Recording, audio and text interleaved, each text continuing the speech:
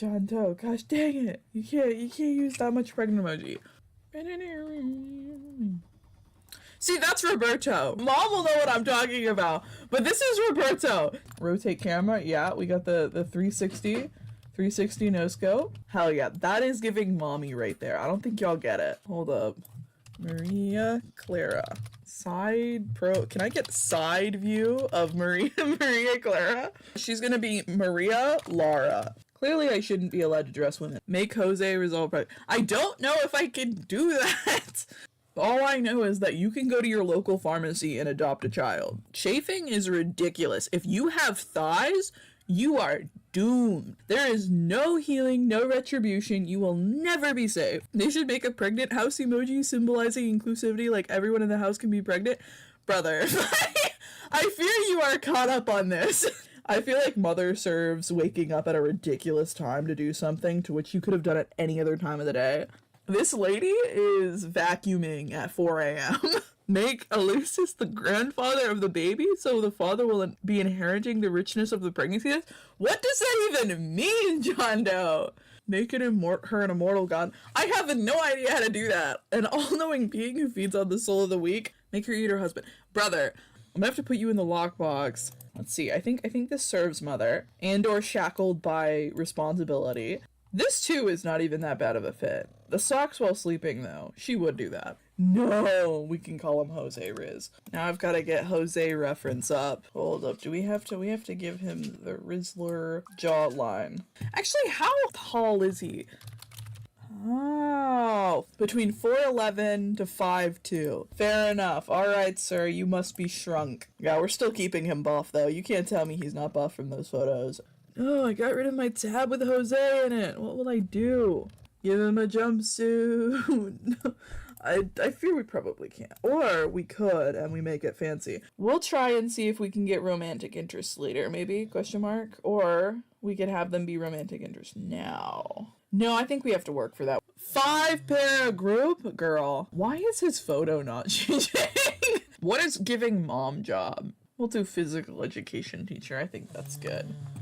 Yeah, that worked. Would Jose Rizal also be a teacher? Make him a teacher? Okay, yeah. They can both be teachers. Maybe that's how they met. Bare bones, but she beautiful. So, grid off. I think we're gonna have the house be over here, and then this be like yard space, if you would. If I put them in a trailer home, would that be not nice? I can't put this on stilts, is my problem, good sir. I can't. I don't even know how they did this. Actually, I think I do. Hold up.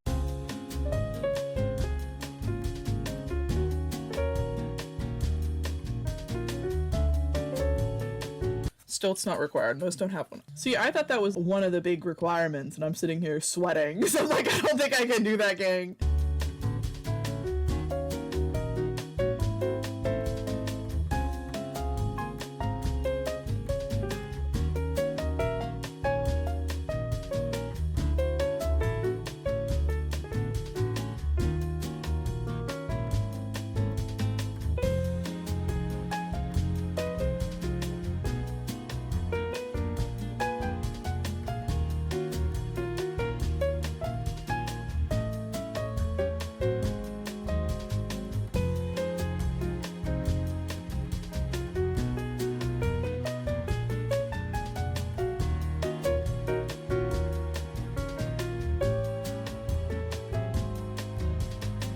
Are Suburbans cool? As in like a suburban neighborhood or the car? Because if it's the car, not really, no, they are incredibly wasteful. But if it's a neighborhood, no, they are also incredibly wasteful. So in both cases, they're not cool. Resource hogs, if you would.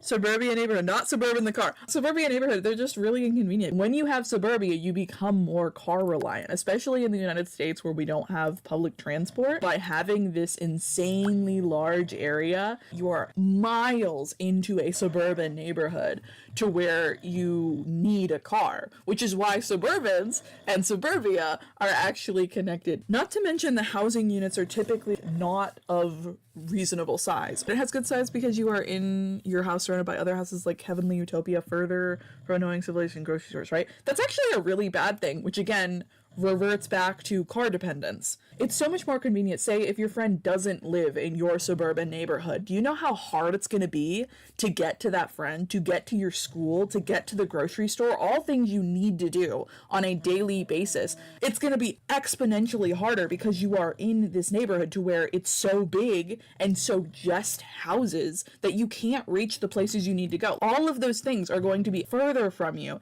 to where you are now car dependent. You have to have a car in order to get out of your neighborhood and do literally anything else. And that's gas, that's resources, that's time. Not to mention, like, there's just not going to be more space for the other things if you have a suburban neighborhood. Not to mention, a lot of the times, it's not guaranteed that people are going to move there. If you were to condense a suburban neighborhood, there's not a lot of people living there per like mile of suburbia. It's extremely spread out. It's not using height, it's not using depth, like it's not using anything. It's a spread out field of a bunch of houses, which some are empty and some are housing like maybe 1 to 2 people, which there's nothing wrong with that.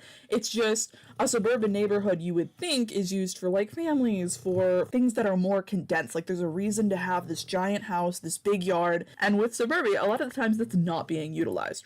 Cars, suburbia, they go together. It's all a ploy. A lot of the time, suburbia also doesn't have sidewalks. Like my suburbia did not have sidewalks. If you wanted to walk anywhere, you had to just walk on the road. Now they had extra wider roads for this, but that actually ties back to suburban. Now, why aren't there sidewalks? It's because the streets are made so gosh darn wide for accommodating those big ass Suburbans. There's a red string going everywhere by this point. There's also a lot of psychology. The narrower the road you make, the slower cars will go. And that is very important. If you're whipping it through this neighborhood, yeah, someone's probably gonna get hurt. The usefulness of suburbia, of being close to one's neighbor, assumes you are close with your neighbor. You know what's also funny? Suburbia has HOAs. Okay, which prevents your real estate freedom. It means you can't paint your house. It means you have to maintain your lawn a certain way. It means there's a bunch of stupid regulations to which prevents you from doing what you want with your property. If you get to a point where you can own a house, you would think you could do whatever you want to do it.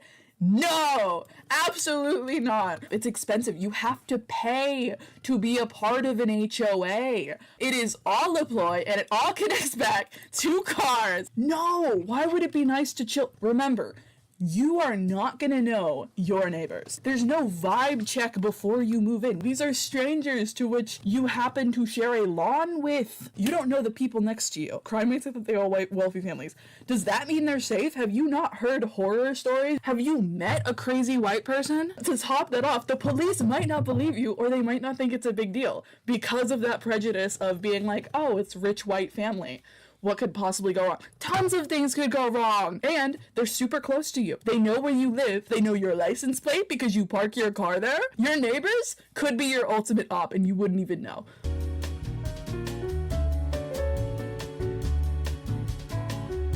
Of course I'm letting the trauma out. I've lived suburbia. It is a mistake.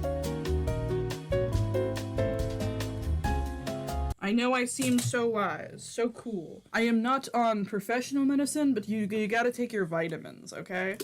We are light deficient in this house. I definitely need more windows, because this isn't the playthrough where I disappoint my kids, mainly so they won't leave me, and so I get nursing home rights.